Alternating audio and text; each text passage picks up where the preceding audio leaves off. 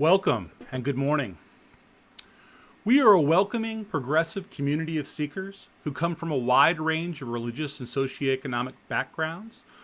We seek to share a journey of spiritual growth together while respecting the individual's right to freedom of belief. We are a shared ministry, which means that any given Sunday, our pulpit is filled by either our minister or our speakers from our congregation or the community at large. This presents each listener with a wide range of subjects and differing points of view. Today, we are joined by Dianne Rahm. She'll be framing the climate debate, and we're very privileged to have her here. A Fire in the Universe by Sean Trapp. Our chalice reminds us that the fire within ourselves is the same fire that illuminates the universe. It is our reminder that all is connected. Even though the space of the void is vast and our experience here is but a blip in the cosmic timeline, the flame is our promise that in our smallness and our short time on this earth, that we live intently and deeply, with love for one another and honesty and integrity, to be guided by rational thought and critical thinking, and with a sense of shared responsibility. As the late astronomer Carl Sagan reminded us, this pale blue dot is the only home we've ever known.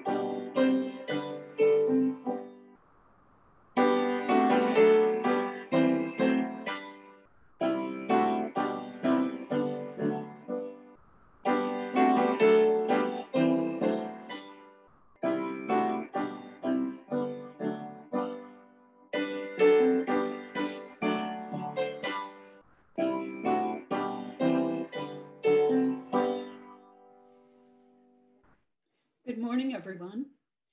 The reading is an excerpt from Jane Goodall's Reason for Hope, A Spiritual Journey. The trouble is that we suffer, all of us, from just meism. I am just one person. What I do or don't do can't possibly make any difference. So why should I bother? Imagine, as more and more people around the world became aware of what is good and what is bad for the environment and for society, this means there are thousands, then millions, then billions, all thinking the same. It can't make any difference what I do, it's just me. Think how it would all change. We could turn that around. Thousands and millions and billions of people all knowing that what they do does make a difference. What would that area of town, the one that is such a disgrace, look like if every passing person picked up one piece of litter? Better still, if no one threw it in the first place. Think how much water would be saved if everyone turned off the tap while brushing their teeth, and how much energy would be saved if we all switched off the lights when we left a room, any room. And if anyone biked or walked when it was practical, shared a car or took public transportation, the reduction in pollution would be dramatic. Imagine if no one bought cosmetics or household products that had been tested on animals. That would bring about change far more effectively than the attempts by animal rights advocates to influence government regulation. If everyone demanded eggs from freely roaming chickens, how quickly poultry farming would change. There are more vegetarians than ever. Imagine the difference if everyone stopped eating meat, even for a couple of days a week. Imagine. Good morning, everyone. I want to talk today about a shift that we've seen recently in the climate debate.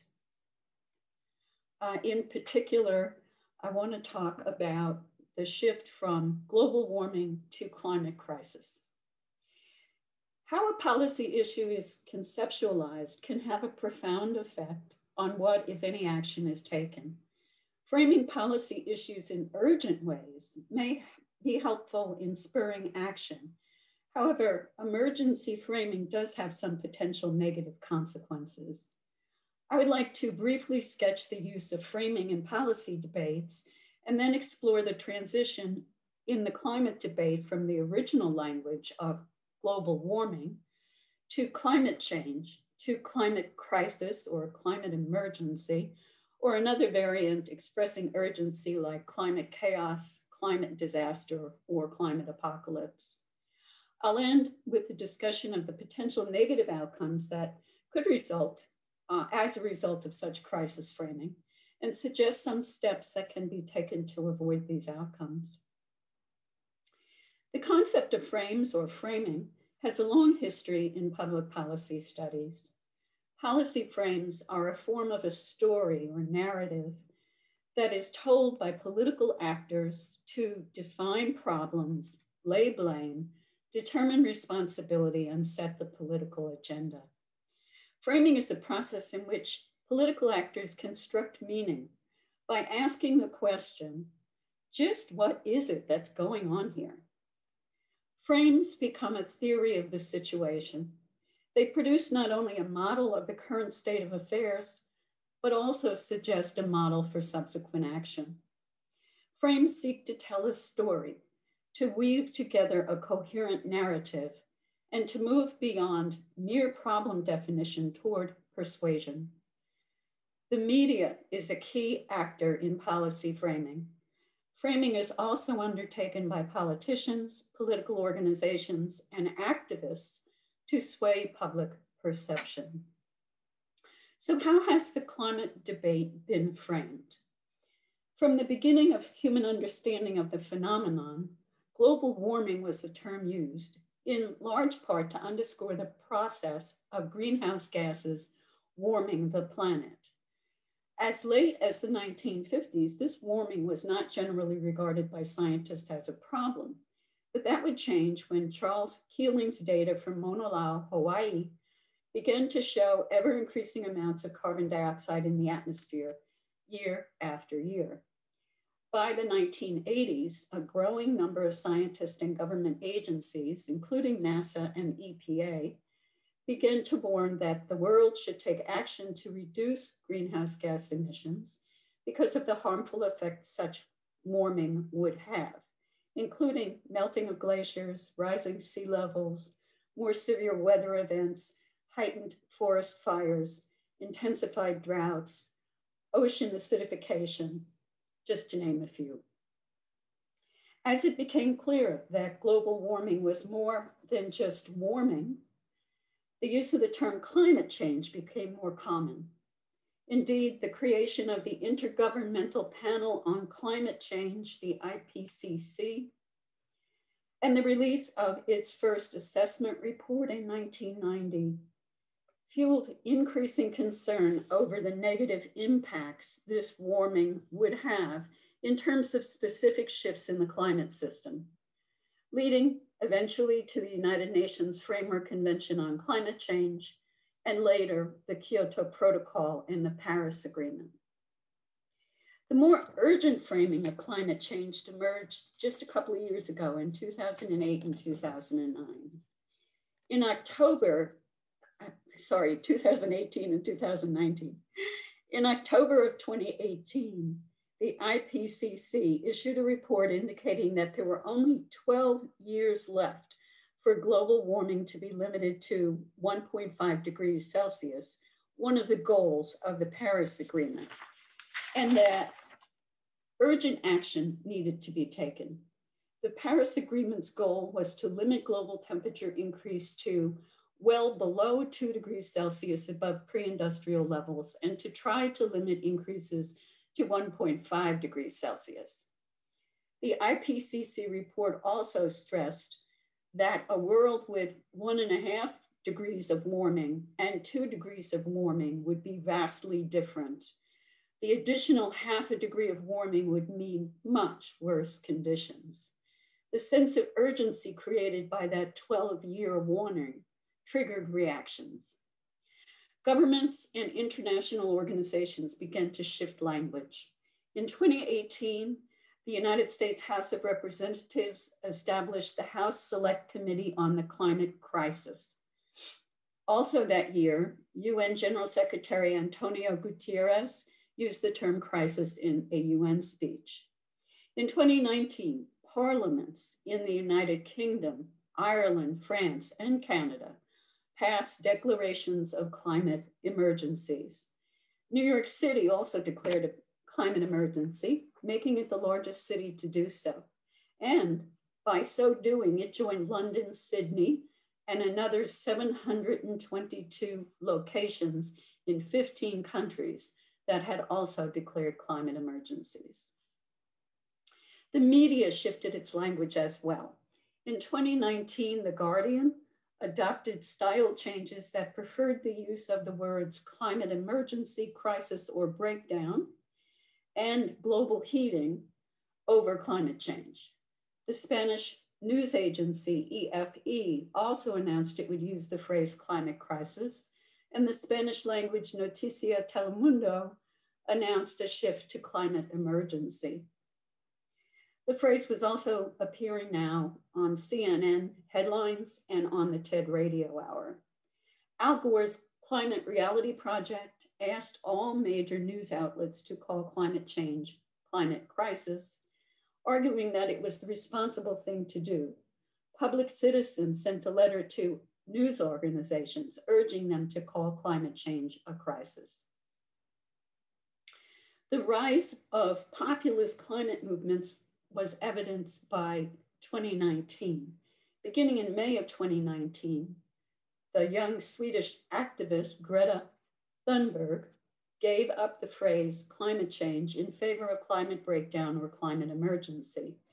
Thunberg had begun her climate activism in 2018 with a school strike to draw attention to the climate emergency and the fact that politicians worldwide were taking insufficient action. Her calls for strikes grew, and in September of 2019, an estimated 4 million people participated in global climate strikes. The Sunrise Movement, another of the rising populist climate movements, was founded in 2017. Sunrise has a strategy of recruiting millions of young people to make change an urgent priority across America. Extinction Rebellion, yet another one of these populist climate movements,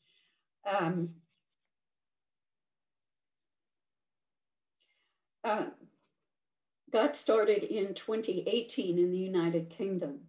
Their homepage opens with this statement, all in caps, "This is an emergency." They also in 2018 published an open letter in The Guardian signed by 94 academics demanding that government take robust and emergency action in respect to the worsening ecological crisis. In a 2019 statement published in Bioscience, a worldwide coalition of 11,000 scientists called for urgent action. The scientists stated that they have and I'm quoting, a moral obligation to clearly warn humanity of any catastrophic threat, and that clearly and unequivocally, the planet Earth is facing a climate emergency. In that same month, scientists published an article in Nature on climate tipping points that they think underscore the climate emergency and called for urgent action. This article references the IPCC special report that I started this talk with that suggested that individual tipping points could be triggered with as little as 1 to 2 degrees Celsius temperature rise, and that the globe has already seen increases to nearly 1 degree. It ends with a bold call for action saying, and I'm quoting, "The stability and resilience of our planet is in peril. International action, not just words, must reflect this." The extent of this reframing effort resulted in the Oxford Dictionaries naming climate emergency as the word of the year in 2019, saying the use of the phrase had increased by an amazing 10,796%. Since the crisis framing of climate change has clearly already occurred, we must be vigilant to the potential downsides that framing might arise. For instance, if scientists and advocates are thought to exaggerate dangers, opponents may dismiss the issue entirely by calling them alarmists. So advocates must be careful to raise alarm, but do so in such a way that does not overstate the reality of the situation. Crisis framing may provoke fear, and while fear can be a powerful motivator, it can also lead to denial or inaction. Behavioral research shows that the key is not just to scare.